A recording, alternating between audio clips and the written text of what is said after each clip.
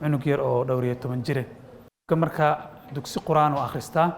canugii quraankii maalin walba waa loo akhriyaa uu imaanaa uu aad u dadaalaya waa uu ku imaanay waa u marini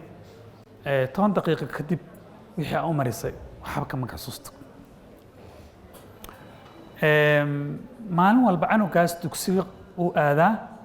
sheekhi dugsiga wuu tumaa waa la garaacaa ma dadaalay sidaa la dhahaa asagana yani cunug la mid asaga yani da'diisaas oo masaajidka asaga ee masaajid yar oo xaafaday ah jooga ma jiro waa dadaalahayaa intaasoo saacadooda ku bixinaya juhdi ku bixinaya laakiin markuu dugsiga tago subaxii waxba ma garanayo waa la tumaa dyslexia maxay tahay dyslexia waa canuga badanaa ilmaha lagu bartaa sababtoo ma ahan laakiin ilmaha kaliya inay tahay waxaa laga yaabaa dadkiina qayb ka mid ah inay dyslexic tihiin inaan ogeyn dadka qaarkood ilaa 50 60 ku ogaada now laakiin waxaa lagu ogaadaa waqtiga canugu suu u fiican yahay dugsiyaad geyni 5 jir 4 jir uu gaaray 6 jir ama iskuulaad geysay ama dugsiyaad geysay ilmaha kale waa la aqli soo aqligiisa markaa sida kale u fiirisa waa tam waa okay now waxbarashada problemka uu ka qabo badanaa ku hadalka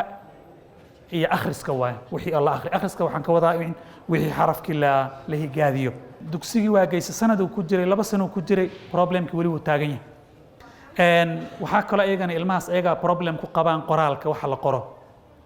qoraalka farta qoraalkana uu dhibaya qaarkood kulligood ma wada waxaa kale ilmaha ayadaa dhiba xisaabta waxyaalaha la xisaabiyo dyscalculiyada ay problem ka qabaan now ciladan ayadaa ilmaha ama uu ku dhalan karaa oo qofku uu ku dhalan karaa wax ku dhashay waay ama uu ku dhici karaa marmar wuxuu ku dhacaa sida qofka haddii jug ku dhaco maskaxda ooga dhacdo oo kale sababtoo qof weyn asagoo arrintan ayada ku dhici kartaa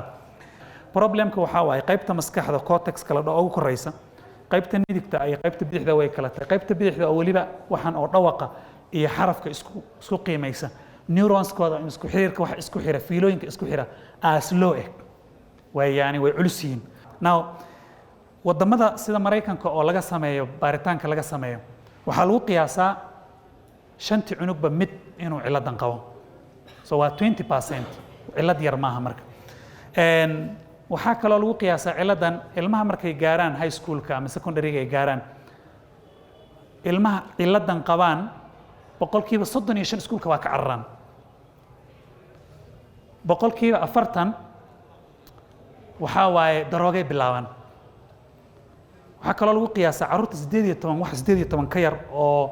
xabsiyada ku jira oo dambiyada waaweyn sameeyeen boqolkiiba 70 inay dyslexic yihiin now sababta keenta maxay tahay bilow canugaadii 5 jir asagoo iskuul geysay dugsiyaa geysay arrintii waa ku adag tahay macalinkan ma fahmayo problemka jira hadduu fahmin waalidkii ma fahmayo cunugu culays u saaray xaafadii culaysaa lagaa saaray waa culays lagu saaraya iskuulka culaysaa lagaa saaray now ciladan ayada horta way u badan tahay haddii waalidka uu qabo boqolkiiba 50% in cunugu ku dhaco marka waa la kala qaadi karaa oo waxyaalo la kala qaada hereditary waay ciladan oo ayniin sheego dyslexiga keligeed marmar ma imaato marmar cilado kale ugu hoos jira oo ayadana ka qayb qaadanaya inay qofka waxbarashada u diido qaybaha waxaa ka mid ah waxaan la dhaho dyslexiaga qofka maskaxdiisa inay fududahay oo meel ku xasili karin waxaa kaloo jirta ilmaha qaarkood saa idiin sheegnay maadaama waxaan la saameeyo waxaa ku dhacaysa kalsooni darri iyo anxiety iyo walwal iyo qalaq taasna waxay keenaysaa wixii dhan inay ku dirto waxaa kaloo ilmahaas oo kale ayagana u weheliya marmarna ku dhici kara waxaa la dhaho oppositional defiant disorder ilma waxaa laga yaabaa qaarkiin inaa macallimiintiin caruur oo waxba lagu karayninba ama waalidiintiin wax walba inay mucaaradaan raba ciladahan sida aan sheegnay oo arrintan aan ka hadalay waa cilad xanuun maahan ciladan laakiin siyaalo badan oo looga fududayn kara ayaa jirta ama dadkan ayakoo maskaxdooda maadaama aan sheegnay qayb yaroo maskaxdooda ka mid ah neuronskooda ama fiilooyinkeena inay a bit slow yihiin qaybo kale ku muhiimsan yihiin qaybta maxaa waaye qaybtan midigta qaybta midigta waa qaybta waxyaalo muhiim oo hadda aan sheegi doono qaybisa waay waa uga khatarsan yihiin dadka kale marka problemku way solve garayn karaan yani inaa cilad ila imaato bigger picture waxa la dhahaa maskaxdooda qaybta midiga aad u fiican waxaa kaloo ku fiican yihiin waxa la dhahaa self reflection problemka jira inay yani ay solve garayn karaan connecting ideas haddii waxaas meel hebel waxa lagu sheego cilado inay isku xiriirin karaan xallin karaan waxyaalahaas ayaga maskaxdooda 3 dimensional bay wax aragtaa ina aragtaa ma 3D ga waxa la dhaho yani hal qayb ina arkin 3 jiho ee maskaxdooda wax ka arki kartaa waa arki doona waxyaalo ay ku fiican yihiin inay ka fikiraan problemka waxa markaa taagan hadda cilad jirto inay ka fikiraan wax ka mug weyn taas oo ay problemyada solve gareyn karaan dad ganacsiga waxa lagu qiyaasaa 35% ganacsatada ugu fiican inay dyslexic yihiin ay ciladan qabaan 40% dadka milyaneerka ah adduunka ciladan ay qabaan 50% yani waa paradox waxa la dhaho 50% dadkan oo saynsiinta oo khubarada ah oo cilmi sayniska sameeya waa dyslexic why ay dyslexia u yihiin ayaka waxbarashada ay ku adag tahay now tusaalooyin yar aan soo qaadano why dadka sawirka aragtaan unfortunately bahashan ma shaqaynayso ninkii oo muslimkii feeryahanka maxamed cali oo qarniga la soo dhaafay oo dad badan daraadiis sababtiis ay ku muslimeen caanka taqaanaan qaarkiin ninkaas asagana dyslexic ku ahaa Steve Jobs oo revolution ka dhan keenay yani telefoonkan touchka iyo waxaan dhan kombiyuutaradan cilmigiisa khibradiisa ay ku imaatay dyslexic ku ahaa laakiin raggan hadda aan soo sheegnay waa rag ciladooda waqti hore intii la fahmay la caawiyay ciladooda cilad looma arkin inay gifted yihiin oo xirfad ka fiican yihiin la ogaaday noloshoodii markii la caawiyay wax noqdeen marka ciladaha ilmaha cilada waxbarasho haday jiraan in dadka khabiir oo loo keenaa la rabaa oo dhakhaatiirta ay diagnose gareeyaan la ogaado kadib early intervention anaga Soomaali hadana waxa nugu yar aad nugu yar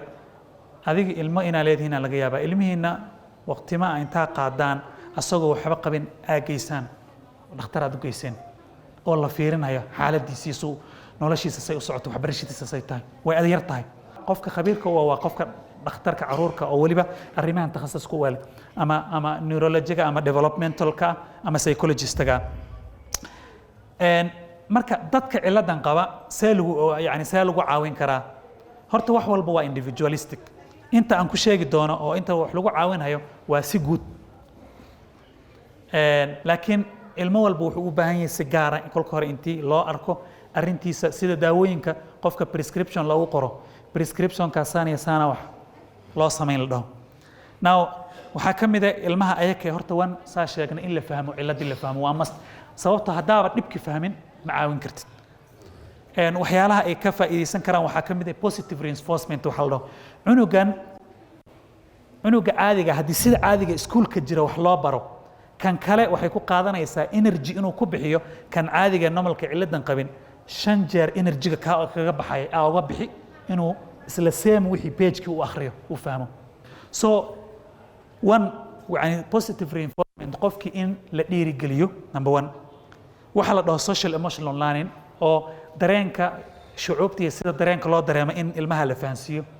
maskaxdooda waxa sequencing la dhaho ayaa ka liidata sequencing waxa waaye sida wax isku xigaan 1 2 3 4 5 ka wixii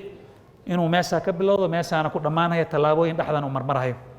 problemka maskaxdooda way ku adag tahay marka laakiin hadii loo dadaalo intii ciladoodii la fahmo dad oo loo dhiibo waxaan fahmayaan si fiican ay wax fahmayaan waxay ku fiican yihiin aragga visualka saan sheegnay problemka ugu weyn oo dhibaya dhawaqa waay iyo wixii in la qoro la arko marka visualka video ahaanta way ku fududahay inay wax u bartaan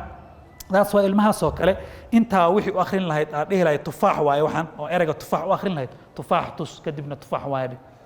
that's easier for them inay fahanto sababtoo maskaxdooda visualka aragga ay u fududahay waxbarashada sideedaba waa multisensory qaybo badan oo senseska ama Soomaaliga waxa lagu dhahaa dareemada maalda sida aragga maqalka urka inaad wixii aad jirkaada u dareemo sensingka waxa soo dhan multisensorygaas in ay ugu fududahay inay different ways ay isticmaalaan bariyana waxa u fududeeyay waxa soo dhan maadaama digital aan ku jirno systemka digitalka software yar oo waxaan u fududeynaya system ayaa jira